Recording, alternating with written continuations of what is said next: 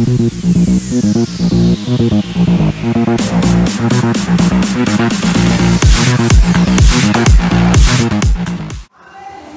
quero cumprimentar os irmãos com a paz do Senhor. Bem, queridos irmãos, estou muito feliz em conhecer mais uma parcela do povo de Deus, essa família que é grande, que é imensa. E o pastor Wilson fez esse convite para chegar aqui nesta noite. E eu confesso a vocês que quando ele me convidou, eu fiquei muito alegre, muito com aquele desejo de vir, chegar aqui e compartilhar com os irmãos um pouco daquilo que Deus tem feito na nossa vida. Como ele já falou, né? Eu sou de fora, eu sou de Recife, mas deixa eu ajeitar aqui. Estou morando aqui em Crateús, lá em Crateús, há 2 anos e 4 meses, e Deus tem feito coisa grande na nossa vida. Deus tem feito coisa maravilhosa na nossa vida. Amém? Então, eu quero que vocês saibam que eu estou feliz. Conheci o pastor Fábio, homem de Deus, e eu creio que outras oportunidades teremos para vir aqui, trazer a palavra de Deus, orar com os irmãos, se alegrar com os irmãos. Quem crê, diga amém. Amém. Queridos irmãos, eu quero ler com vocês Evangelho de Lucas, capítulo 1, em versículo 37. Já foi lido pelo pastor, e eu vou só recapitular para a gente falar um pouco sobre esse texto, que diz assim: porque para Deus nada é impossível. Eu quero ver a igreja. Porque para Deus nada é impossível. Louvado seja o nome do Senhor. Quando você lê a Bíblia, vou te dar aqui uma dica. Eu sei que vocês fazem isso, mas vou te dar uma dica. Sempre que você lê um texto, um versículo, procura ler os versículos antes e alguns versículos depois, para que você entenda. Por exemplo, quem foi que falou isso aqui? Porque para Deus nada é impossível. Aqui é um diálogo, uma conversa entre um anjo chamado Gabriel e Maria, a que viria a ser futuramente a mãe de Jesus. E nesse diálogo, nesse encontro, nessa conversa entre eles dois, que começa no versículo 28 desse capítulo, o anjo se aproxima de Maria e diz: salve, agraciada, o Senhor é contigo, bendita és tu entre as mulheres. Maria fica em choque, atônita, um pouco que apavorada. O texto no versículo 29 diz que ela turbou-se muito quando ouviu o anjo falar aquilo, e também não compreendeu o que aquilo queria dizer. E quando o anjo percebe que ela estava perplexa, que ela estava nervosa, que ela estava angustiada, o anjo fala para ela: Maria, não temas, porque achaste graça diante de Deus. Louvado seja o nome do Senhor. Deixa eu abrir um parêntese aqui e falar sobre o que é achaste graça diante de Deus. Achaste graça diante de Deus significa dizer: você foi favorecida, Maria. Deus olhou para você com um olhar diferente. Deus olhou para você não para o teu corpo, a tua fisionomia externa, pastor Wilson. Deus fala assim para ti: Deus olhou para você, para o teu coração. Deus olhou para o coração de Maria. Na linguagem de hoje, sabe o que quer dizer achar graça? Deus foi com a tua cara. Fala para o teu irmão: Deus foi com a tua cara. Deus foi com a tua cara. Por mais que o diabo tente destruir a tua vida, por mais que o inimigo tente atrapalhar aquilo que Deus tem com você, mas Deus foi com a tua cara. Assim diz o Senhor: hoje Deus está fazendo algo grande e diferente na tua vida. Se você quer levantar a mão e dizer assim: eu creio, eu creio, eu creio. Deus foi com a tua cara. É isso que o texto quer dizer. De tantas mulheres, Deus escolheu Maria. E a conversa continua, se desenrola o anjo, Maria, o anjo. Chega um momento que Maria diz: mas como? Porque depois que ele diz que ela achou graça diante de Deus, ele diz assim: e tu conceberás um filho, e por-lhe-ás o nome dele de Jesus. E Maria fica espantada mais uma vez e diz: como assim? Se eu sou uma virgem, eu não conheço o homem. A Bíblia diz que ela era desposada, ou seja, ela era noiva. Naquela época, na época de Jesus, ser desposada era um noivado, tipo um casamento, só que cada um nas suas casas. Maria morava na casa dela, José morava na casa dele, mas o compromisso era de casamento. Então ela se espanta e diz para o anjo: como assim? Como eu posso ter filhos se eu não conheço o homem? E o anjo olha para ela e diz assim: Maria, aleluia, aleluia, Maria, descerá sobre ti o Espírito Santo do Senhor, aleluia, e a unção do Altíssimo descerá sobre você. Sabe o que é isso? Por isso que o anjo fala: para Deus nada é impossível. Quando o Espírito Santo de Deus desce sobre nós, quando a unção de Deus desce sobre nós, quando a segurança de Deus desce sobre nós, quando o amor de Deus desce sobre nós, quando Deus envia um anjo ao nosso respeito, tudo é possível ao que crê. Você crê nessa palavra? Se está difícil para você, hoje pode melhorar. Se está difícil no teu trabalho, hoje Deus pode quebrar aquilo que prepararam contra ti. Toda ferramenta preparada contra ti não prosperará, assim diz o Senhor. Se você tem Deus na vida, se você tem a unção de Deus na vida, se você tem o poder de Deus na vida, com certeza Deus vai operar no seu coração. E eu quero te dizer nesta noite aqui, deixa eu fechar aqui que o vento está me atrapalhando um pouco. Isso, valeu. E eu quero dizer para você nesta noite que este encontro, eu estou explicando tudo isso para que você entenda. Quando você lê um texto, procura ler antes, procura ler depois, para que você entenda o que a palavra quer dizer. Eu quero te dar algumas razões porque para Deus nada é impossível. Eu vou fazer uma pergunta: por que para Deus nada é impossível?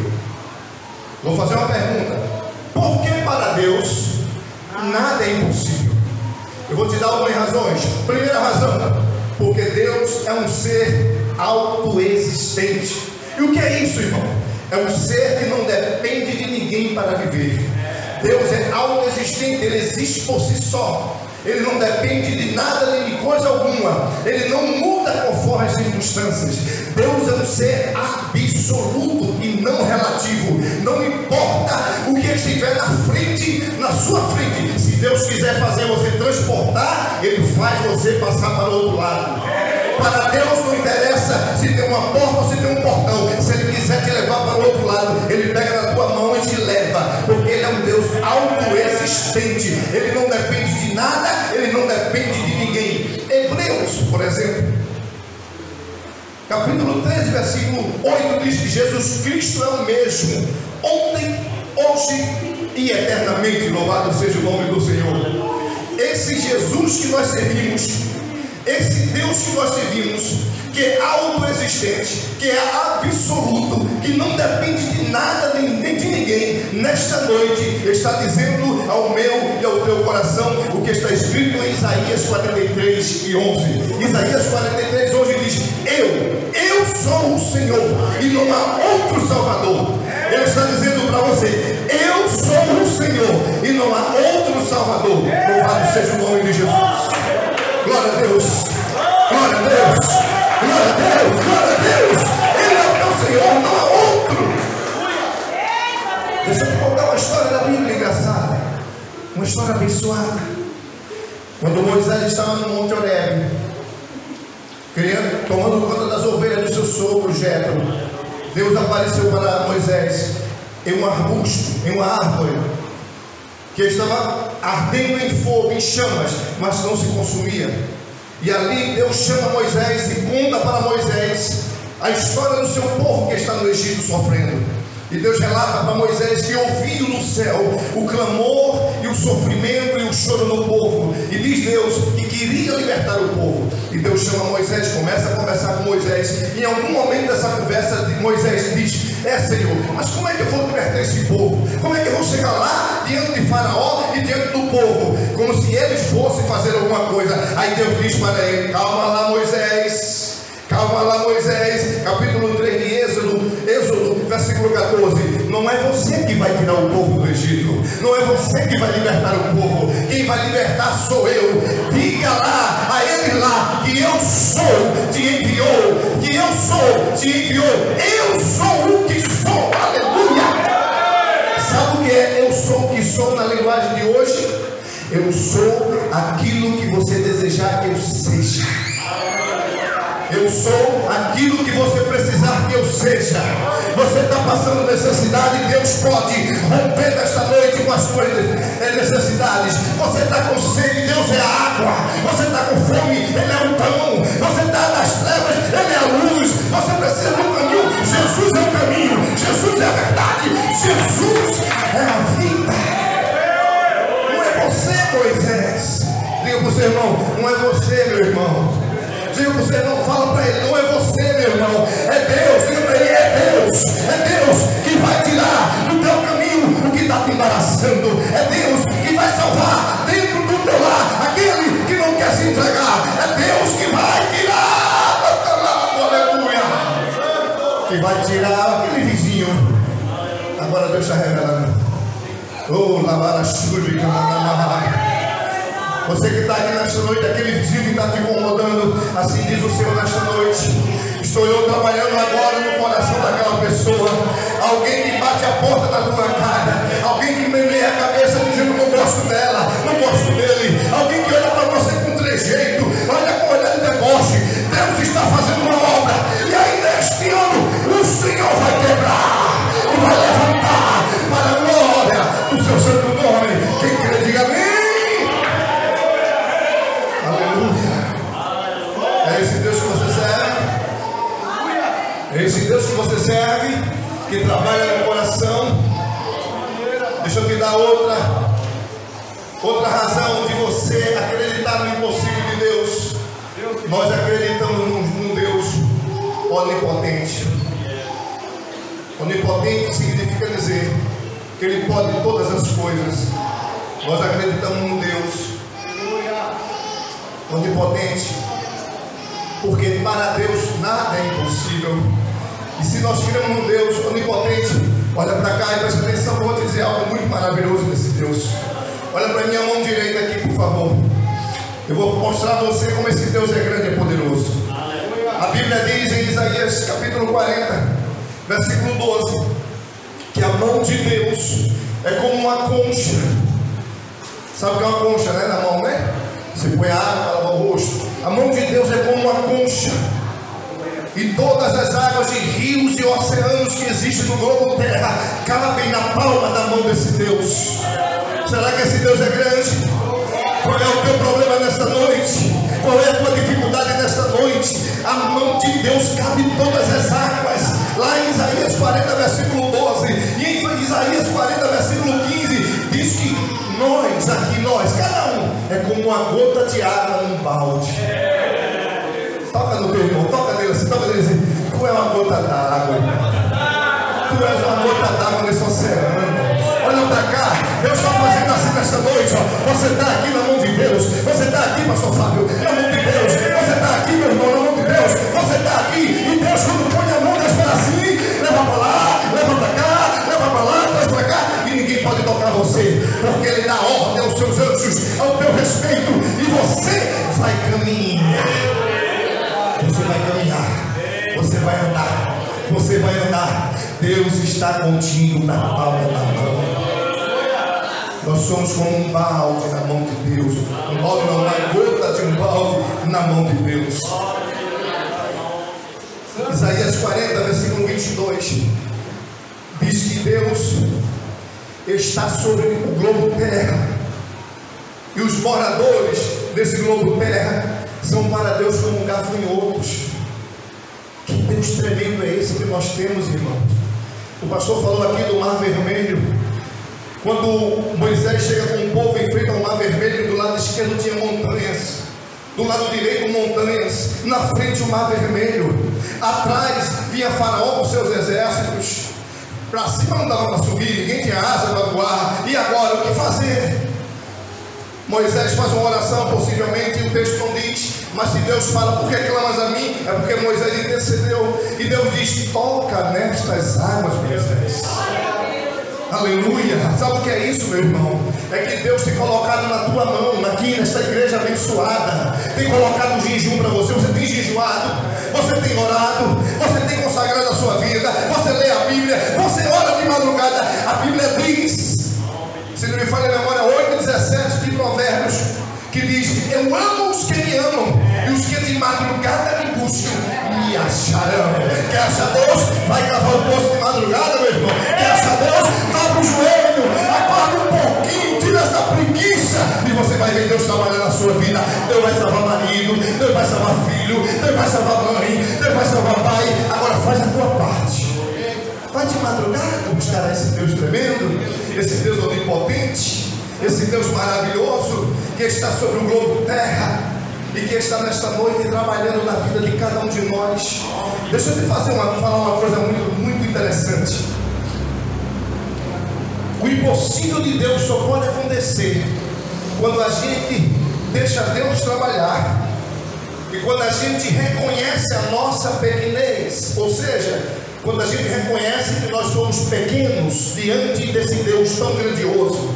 Enquanto você quiser lutar com as suas próprias mãos, com o seu próprio entendimento, enquanto você quiser brigar frente a frente, tete a tete, bater de frente, eu sou assim, eu sou assado, eu faço, eu desfaço, Deus não opera. Mas quando você se rende aos pés do Senhor e diz, Senhor, o Salmo 37 diz, 37 versículo 5 diz, entrega o teu caminho ao Senhor, confia nele e ele tudo fará. Começa a depositar na mão de Deus o teu problema, a tua luta, começa a colocar na mão de Deus os teus desafios, começa a dizer, Deus, eu não posso, mas o Senhor pode.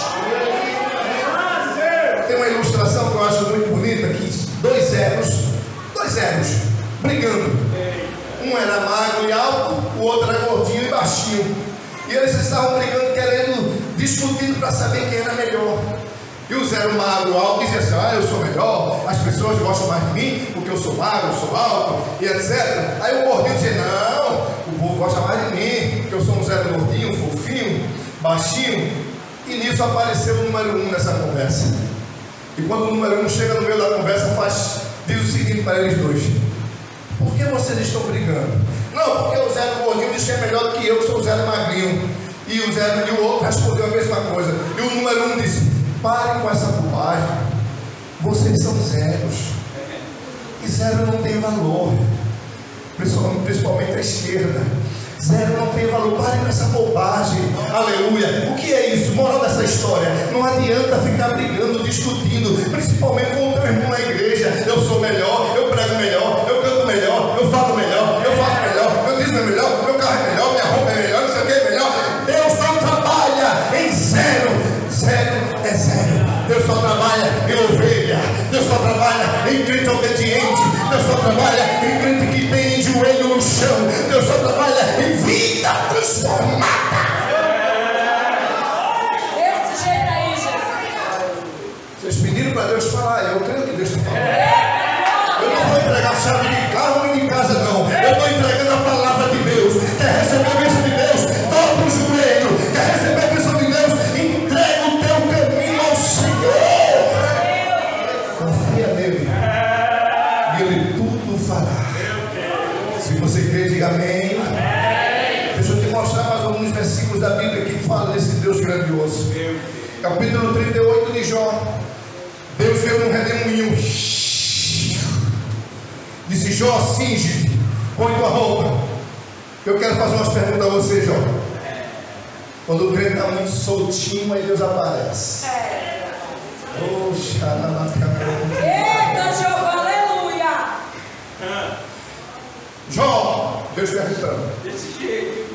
onde tu estavas, Jó, quando eu fundava a terra? E Jó olhou para Deus e disse: Senhor, Jó, qual foi a medida da terra? Qual foram os limites, o tamanho dessa terra, Jó? Capítulo 38, versículo 4 vai ser de Jó. Tem mais, aguenta aí.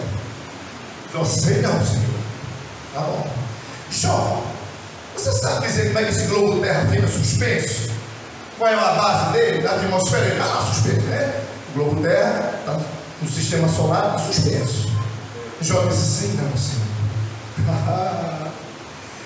38 de Jó, versículo 11. Eu estou perguntando a Jó, falando com Jó, mas estou falando para você. Receba, eu entendo. Jó, não tem a onda do mar? Aquela empolada, grandiosa, portentosa, e quando ela vem do mar e vai chegando na praia, ela tem que quebrar. Já viu isso? Claro, né? Quem já foi à praia já viu. A onda vem. Quando chega na praia, a praia, para quem não sabe, é a partaria. Eu sei que vocês sabem. Quando ela vem, ela tem que quebrar. Sabe por que a onda quebra? Está escrito na Bíblia, Jó 38, versículo 11. Deus disse: onda até aqui e não mais adiante. Você tem que quebrar. Se Deus quebra uma onda, Ele quebra você. Ele quebra a mim, Ele quebra qualquer um. Não adianta ser contra a vontade de Deus. Mar até aqui e não mais adiante. Eu tenho que falar outra aí de Jó 38, de Jó, versículo 35. Vê que coisa linda desse Deus tremendo. A Bíblia diz que Deus disse a Jó: quem é que ordena os raios a caírem na terra? 38 de Jó, versículo 35. Quem é Jó que ordena os raios? Jó disse: não sei, Senhor. Aí Deus diz: eu ordeno os raios, e os raios vêm até mim, Jó, prestam continência, e eu digo: vai, e o raio chama. Esse é um Deus tremendo. Controla o raio, controla as ondas do mar. Ele diz: a erva seca, ele diz: floresce, cresce, a erva cresce e floresce. Ele diz para o mar vermelho: abre, o mar vermelho abre. Ele diz para o rio Jordão: abre, o rio Jordão abre. Ele diz: aleluia, nessa noite para você: eu sou o grande, o poderoso, aquele que pode mudar as circunstâncias da tua vida. Bate palma para Jesus, bate palma para Jesus, bate palma para Jesus.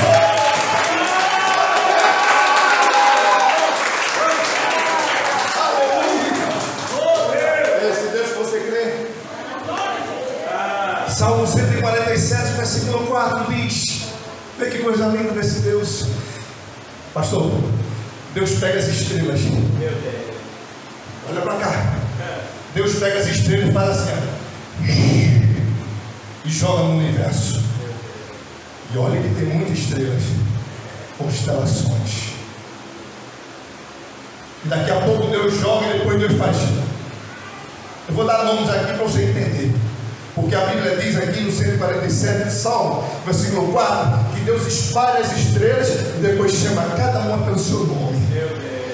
Cada estrela tem um nome para Deus. Eu acho que essa estrela se chama Maria, Carla, Roberto, Eduardo, Josefa, José, Wilson, Fábio, Adenildo, Urbano, Eliana, Sandra. As estrelas de Deus lá no céu, Ele chama uma por uma pelo seu nome. E nesta noite, depois que o Espírito Santo passou a habitar em você, o selo de Deus. O apóstolo Paulo diz que quando nós recebemos o Espírito Santo, recebemos o selo, a garantia, aleluia, a calção, aleluia, a garantia de que aquela casa tem dono. Esta casa é você, esta casa sou eu, e Deus conhece-nos pelo nosso nome. Alguém pode chamar você pelo apelido, alguém pode passar por você e menear a cabeça dizendo: eu não gosto dela, eu não gosto dele. Alguém quando te vê, muda até o caminho, mas Deus chama você pelo nome. Aleluia! Você crê nisso? Crê mesmo? Então você vai fazer uma coisa bem interessante nesta noite aqui. Se você crer, você vai olhar para alguém. Tem água aqui. Você vai olhar para alguém do seu lado aí. Escolher o mais bonito e o mais cheiroso que está do seu lado. Eu vou escolher tudo. Escolher quem aí, mãe? É só para a gente.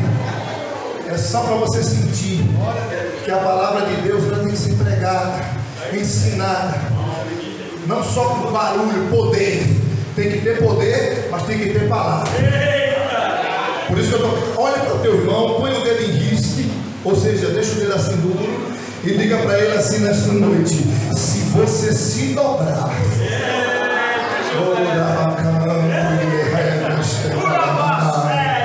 se você se humilhar, diga, olha para ele, olha para ela, não olha para mim não. Diga, se você se humilhar, Deus nesta noite aqui nesta terra vai fazer um revolução que você vai sair dizendo: eita, esse é Deus, esse é Deus, esse é Deus, esse é Deus.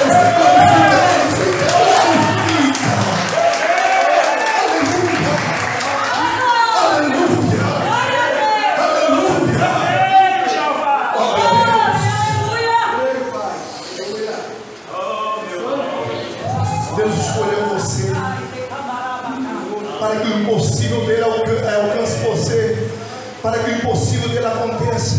Ele escolheu você. Mas sabe como foi que ele te escolheu?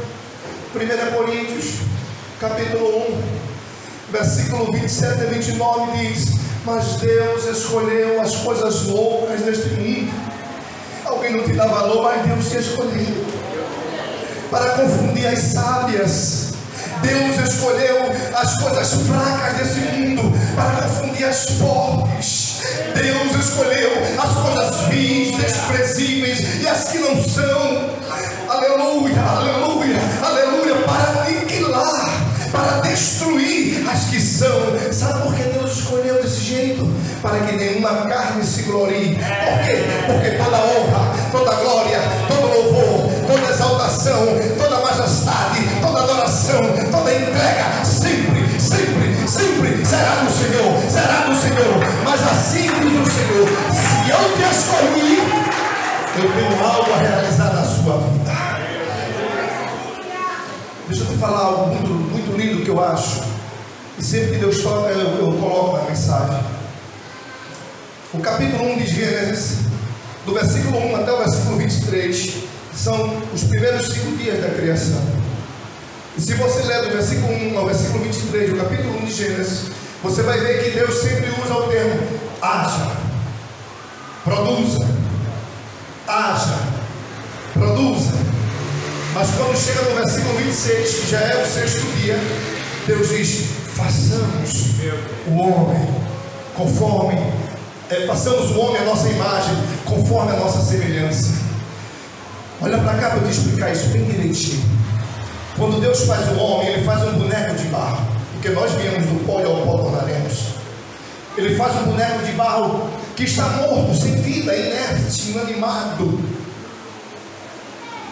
Mas quando Deus olha para aquele boneco e Ele determinou que faria isso juntamente com Jesus e com o Espírito Santo, porque esse texto é a primeira referência da Trindade.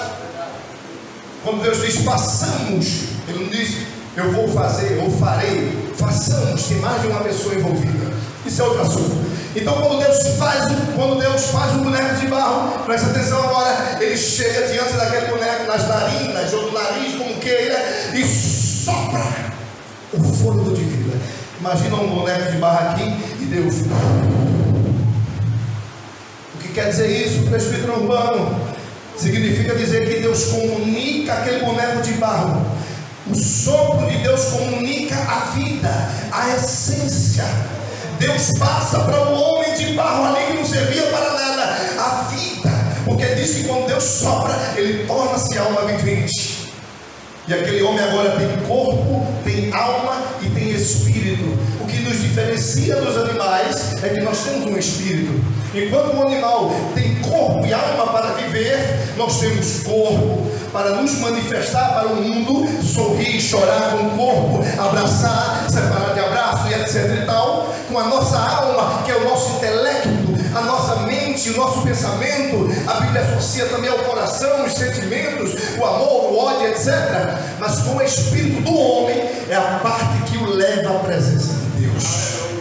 Só nós, seres viventes, temos esse privilégio de chegar diante de Deus a partir do momento que nos encontramos com Jesus, porque o espírito do homem é a única parte dele que liga, que o torna um ser espiritual. Nesta noite Deus escolheu você fraco, Deus escolheu você do jeito que você é. Não interessa se sua casa é grande ou pequena, não interessa se você é assim ou assada, não interessa se você vai trabalhar a pé ou de bicicleta. Deus escolheu você, Deus escolheu você, Deus escolheu você, soprou em você, e por isso você tem que glorificá-lo. Quer ver o impossível de Deus acontecer? Você quer ver o impossível de Deus acontecer? Então faça. É isso que eu estou dizendo. Dá glória ao nome do Senhor Jesus. Se você entender o que Deus está falando nesta noite, vai acontecer com você. Estou já terminando, viu, pastor? Vai acontecer com você. Aleluia, aleluia. O que aconteceu, segundo o livro dos Reis, capítulo 4, com a viúva que estava já para morrer, porque não tinha o que comer. E Eliseu ia passando, e ela chegou, chamou ele. Na verdade, deixa eu refazer a história que eu confundi com a outra viúva. Essa viúva aqui, o marido dela havia morrido, capítulo 4 de 2 Reis, versículo 1 em diante. Essa viúva aqui havia perdido seu marido, e ele tinha deixado um débito, e os credores foram lá na sua casa para conseguir esse débito de volta, e ela não tinha nada para pagar. Eles quiseram levar os seus filhos, e ela disse: não, meus filhos não dá para levar meus filhos, eu vou correr atrás, eu vou fazer a minha parte. E nesse momento aparece Eliseu na história, e ela vai até Eliseu e diz: homem de Deus, me ajude, me socorra, os credores estão na minha porta, porque meu marido morreu, ele era servo de Deus, era servo seu também, e deixou um débito, e eu não tenho como pagar, me ajuda. E Eliseu diz para aquela viúva: o que é que você tem na sua casa que a gente possa vender, que a gente possa negociar para pagar esse débito? Ela diz: eu não tenho nada, eu estou pobre, a situação está difícil. Aí Eliseu diz para ela: também não posso fazer nada. Se você não tem nada, Deus não pode operar na sua vida. Eu vou transformar isso que eu falei agora no lado, no sentido espiritual. Eu estou dizendo, se você não tem nada, Deus não pode operar na tua vida. Ou seja, se você não quer orar, Deus também não pode mover o céu a teu favor. Se você não quer dobrar os joelhos, se você não quer jejuar, se você não quer vir à igreja, se você não quer se entregar, se você não quer dar a mão ao pastor para que essa igreja cresça mais, aleluia, Deus não pode fazer muito por você. Mas quando a mulher diz: eu não tenho nada, eu estou assim, estou assada, aí de repente ela diz: tem só um pouquinho de azeite, um pouquinho de azeite. Eu vou concluir a mensagem. Eliseu já ia saindo, o profeta Eliseu escutou e disse: o quê? A senhora tem o quê? Um pouquinho de azeite. Sabe o que significa o azeite na Bíblia? Um dos símbolos do Espírito Santo é o azeite. A água, a pomba, o fogo. O azeite é um dos símbolos do Espírito Santo. Segura ele. Quando ele ouviu isso dela, ele disse assim: vá nas vizinhas, e o que você puder pegar de vasilhas, saia pedindo vasilha na casa da Dona Maria, Dona Chiquinha, Dona Zefinha, saia pegando vasilha. Agora tudo vazia, vazia. Presta atenção no detalhe: vazia. Porque Deus ia fazer um milagre, e Deus não precisa de ajeitadinho para fazer milagre. Quando Ele quer fazer, Ele faz, porque o nome dele sempre será glorificado. Sabe o que aconteceu? Ela pegou as vasilhas, chamou os 2 filhos dela para dentro de casa, fechou a porta e pegou aquele, faz de conta que é isso aqui, ele pegou aquele potinho de azeite e as vasilhas espalhadas e começou com aquele pouquinho.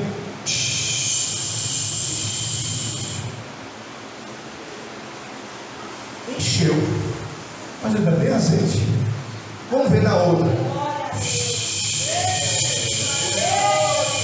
Encheu, ainda tem azeite. Foi enchendo, foi enchendo, foi enchendo, foi enchendo, foi enchendo, foi enchendo, foi enchendo. O que isso quer dizer. O azeite simboliza o Espírito Santo. Nesta noite, fica de pé, meu irmão, fica de pé, minha irmã, fica de pé, meu irmão. O milagre de Deus vai acontecer porque o Espírito Santo está dizendo: eu vou encher, eu vou encher, eu vou encher, eu vou encher, eu vou encher. Cada um que está aqui é uma vasilha, cada um que está aqui é um vaso. Após, tira a tampa do vaso nesta noite e deixa o Espírito Santo encher. Ele vai encher você, ele vai encher você, ele vai encher você, ele vai encher até transbordar. Você crê nessa palavra? Você crê nessa palavra?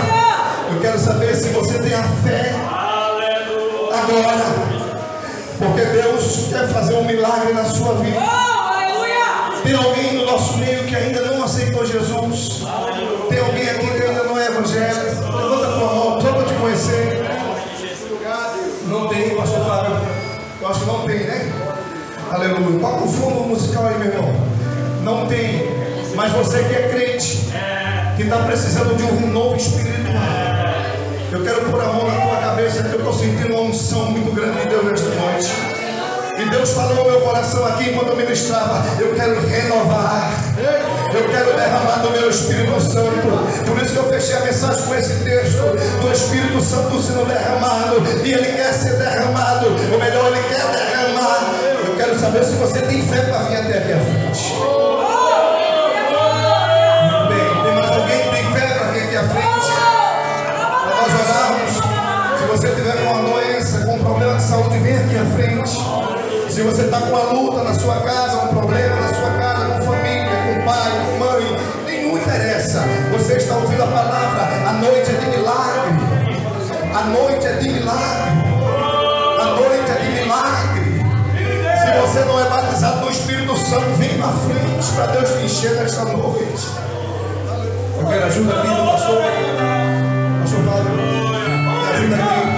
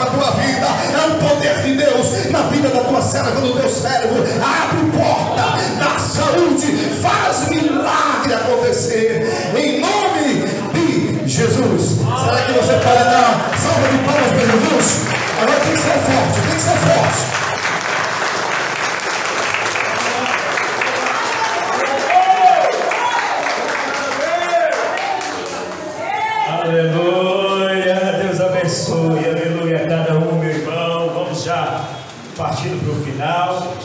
Deus abençoe mais uma vez, pastor Wilson. Deus abençoe o presbítero Urbano. Deus abençoe a sua vida, a palavra do céu, né? Palavra realmente, uma palavra rema, uma palavra revelada. Deus abençoe a irmã Eliana, esposa, né? Sua esposa, né, pastor? Do presbítero Urbano, né? A irmã Sandra, pastor Sandra, Deus abençoe em nome de Jesus. Queridos, Deus abençoe a todos.